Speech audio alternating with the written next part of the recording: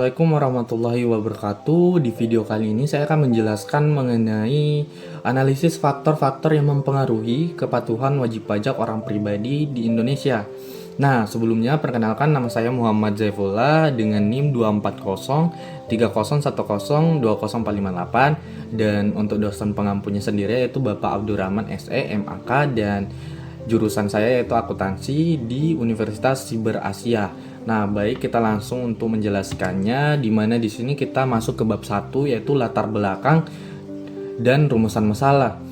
Di mana pajak merupakan sumber penerimaan utama negara yang berperan vital dalam membiayai pembangunan nasional, penyediaan infrastruktur, serta pelayanan publik. Nah, dalam sistem self-assessment di Indonesia, wajib pajak ini diberikan kepercayaan penuh untuk menghitung, menyetor, dan melaporkan sendiri kewajiban perpajakannya.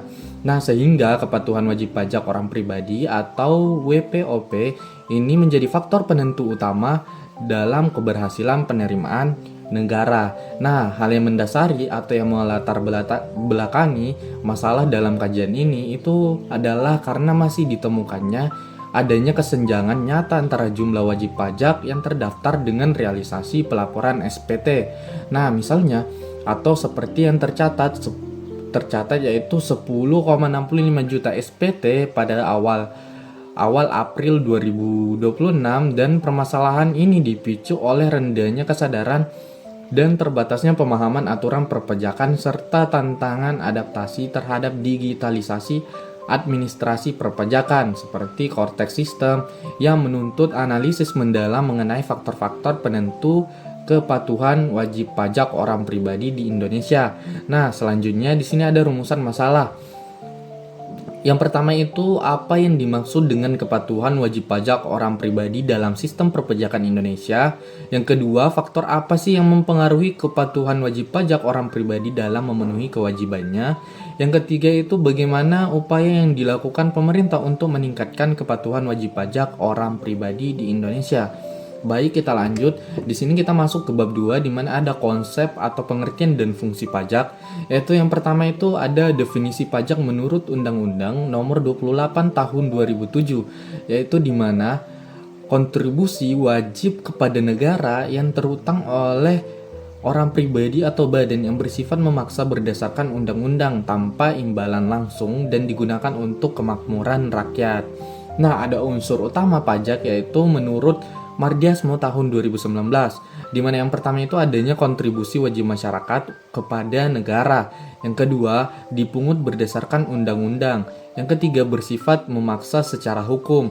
Yang keempat, tanpa adanya kontraprestasi atau imbalan langsung. Dan yang terakhir, yaitu untuk membiayai pengeluaran umum negara. Nah, di sini ada fungsi pajak, yaitu yang pertama ada fungsi pajak sebagai anggaran, di mana pajak sebagai sumber penerimaan kas negara untuk membiayai belanja umum, pembangunan infrastruktur, fasilitas kesehatan, dan pendidikan. Nah, fungsi keduanya yaitu mengatur pajak sebagai instrumen kebijakan ini untuk mengendalikan konsumsi, mendorong investasi, melindungi industri dalam negeri, dan mengurangi adanya kesenjangan sosial. Nah, baik, kita lanjut ke hak dan kewajiban wajib pajak orang pribadi. Di sini ada hak wajib pajak orang pribadi, di mana yang pertama itu yaitu memperoleh NPWP sebagai identitas resmi perpajakan. Yang kedua, mendapatkan pelayanan penyuluhan dan konsultasi dari Dirjen Pajak. Dan yang ketiga yaitu mengajukan keberatan atas ketetapan pajak yang diterbitkan. Yang keempat ini mengajukan banding atas keputusan keberatan. Dan yang kelima, meminta pengembalian kelebihan pembayaran pajak restitusi. Dan yang terakhir di sini yaitu adanya hak perlindungan atas kerahasiaan data dan informasi perpajakan. Nah, setelah menjelaskan hak, di sini ada kewajiban wajib pajak orang pribadi, di mana yang pertama yaitu mendaftarkan diri untuk memperoleh NPWP jika memenuhi syarat. Yang kedua, menghitung jumlah pajak terutang dengan benar. Yang ketiga, membayar atau menyetor pajak terutang secara tepat waktu. Yang keempat, yaitu menyampaikan SPT tahunan secara benar, lengkap, dan jelas. Dan yang kelima yaitu menyelenggarakan pembukuan atau pencatatan bagi pelaku usaha atau pekerja bebas. Dan yang terakhir yaitu menyimpan dokumen dasar perhitungan sesuai jangka waktu yang berlaku. Baik, selanjutnya di sini ada konsep kepatuhan formal dan material. Nah, menurut dari Siti Kurnia Rahayu pada tahun 2020, kepatuhan wajib pajak adalah sebuah kondisi ketika wajib pajak memenuhi seluruh kewajiban dan melaksanakan hak perpajakannya sesuai dengan perundang-undang.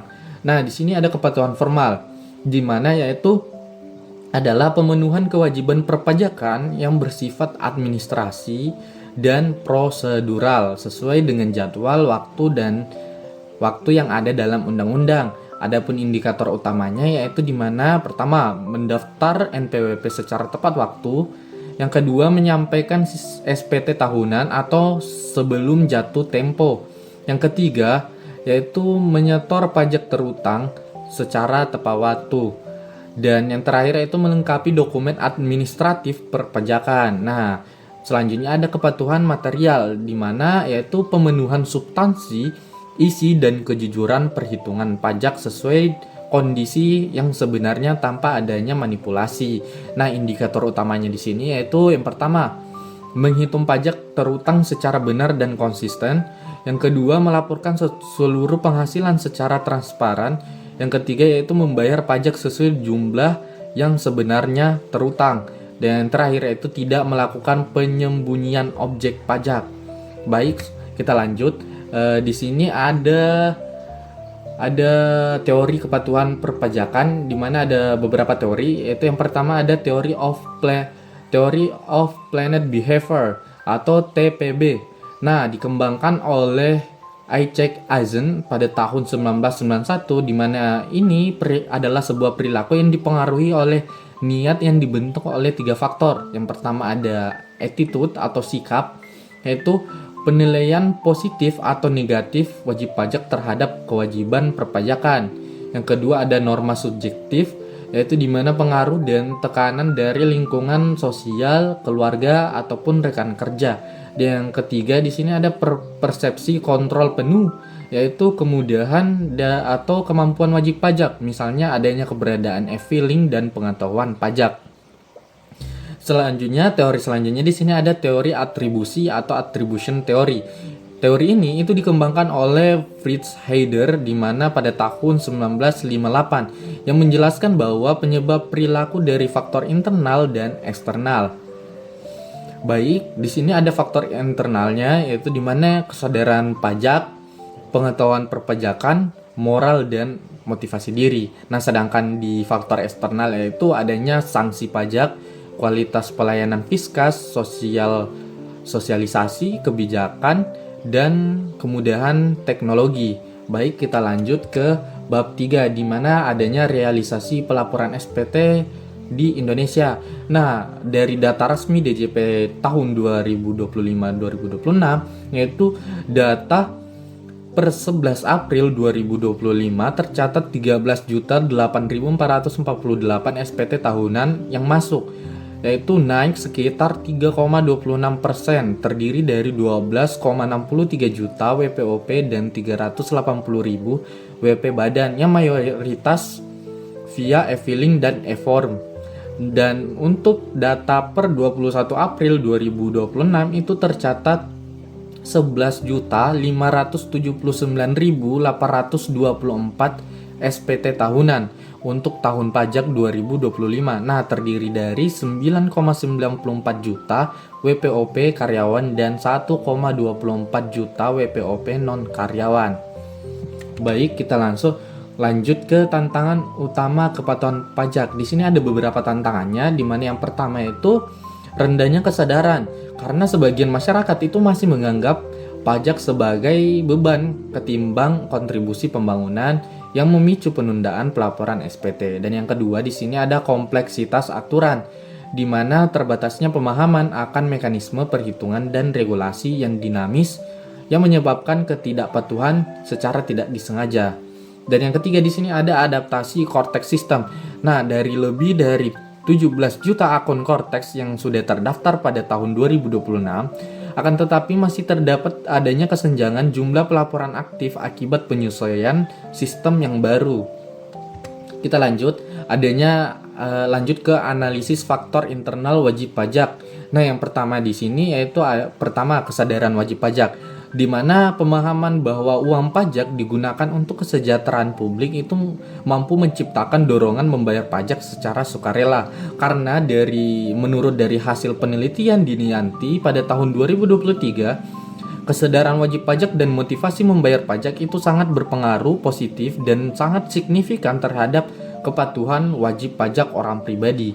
Yang kedua di sini yaitu pengetahuan perpajakan. Nah, untuk kemampuan memahami hak, kewajiban, tarif, serta tata cara pengisian SPT secara tepat dan cermat. Nah, dari hasil penelitian Nur Sabrina tahun 2024, pengetahuan perpajakan, tingkat pendidikan, dan pemanfaatan e-filing itu sangat meningkat atau sangat mempengaruhi secara signifikan terhadap kepatuhan wajib pajak orang pribadi. Baik, kita lanjut ke analisis faktor eksternal wajib pajak, di mana yang pertama yaitu pelayanan Fiskas, yaitu sikap ramah, cepat, dan profesional dari petugas pajak membangun kepuasan serta kepercayaan publik pada sistem. Selanjutnya ada ketegasan sanksi, di mana menurut Atmaja dan Surmata 2023 itu mencatat sanksi denda dan administrasi yang konsisten menciptakan efek jera dan disiplin dalam waktu pelaporan. Baik, selanjutnya ada digital system, di mana e-billing dan Cortex itu dapat menekan compliance cost atau biaya kepatuhan dan mempermudah akses pelaporan di mana saja. Selanjutnya di sini ada 5 strategi utama DJP dalam meningkatkan kepatuhan. Di mana yang pertama yaitu adanya sosialisasi secara masif, yaitu penyuluhan, webinar, dan kampanye inklusi pajak bersama lembaga pendidikan. Yang kedua yaitu edukasi digital dengan menyediakan konten video, tutorial, podcast, dan panduan interaktif secara daring. Yang ketiga yaitu penyederhanaan, di mana melakukan penyederhanaan regulasi prosedur dalam memangkas biaya kepatuhan wajib pajak. Dan yang keempat ada pengawasan data, di mana dengan menguatkan pengawasan berbasis analisis data elektronik antar instansi. Dan yang terakhir atau yang kelima yaitu Cortex System dengan mengimplementasi platform terintegrasi omnichannel secara efisien dan transparan. Baik, kita lanjut ke kesimpulan dan saran dari presentasi saya, di mana kesimpulannya yaitu kita mengetahui bahwa pajak adalah sebuah pilar utama dalam penerimaan APBN yang bergantung pada keberhasilan self-assessment system. Yang kedua itu kepatuhan wajib pajak itu sangat dipengaruhi oleh yang namanya faktor eksternal dan faktor internal. Dan yang terakhir yaitu digitalisasi lewat Cortex System ini adalah kunci transformasi pengawasan dan pelayanan secara modern. Nah, untuk sarannya sendiri yaitu bagi pemerintah atau DJP sendiri itu diharapkan mampu mengoptimalkan pendamping Cortex dengan meningkatkan edukasi digital serta menjaga kapasitas hukum. Selanjutnya yang kedua ada untuk bagi orang wajib pajak, yaitu dengan meningkatkan kesadaran akan urgensi pajak dan memanfaatkan kemudahan sistem elektronik yang telah disediakan oleh DJP. Baik, mungkin cukup sekian dari presentasi dari saya. Demikian hasil pemaparan analisis makalah mengenai faktor-faktor yang mempengaruhi kepatuhan wajib pajak orang pribadi. Saya undur diri. Cukup sekian dari saya. Assalamualaikum warahmatullahi wabarakatuh.